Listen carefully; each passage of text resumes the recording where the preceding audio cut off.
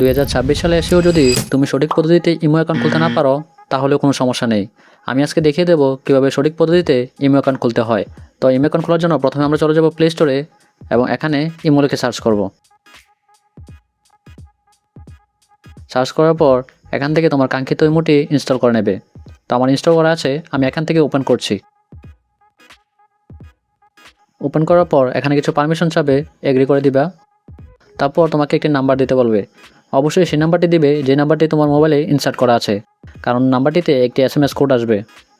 আমি এখানে ডানে ক্লিক করছি, করার পর আবার টিকচিহ্নতে ক্লিক করব, করার পর আবার ওকেতে, তারপর register as a new account, confirm.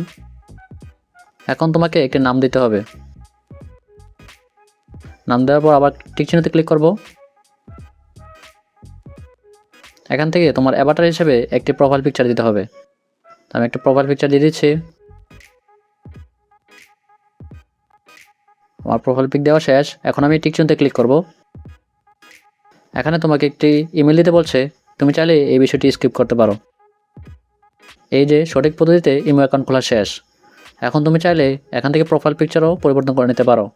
তাছাড়া চাইলে নামও পরিবর্তন করে নিতে পারো। এরকম ভিডিও পেতে আমার চ্যানেলটি সাবস্ক্রাইব করে দিও।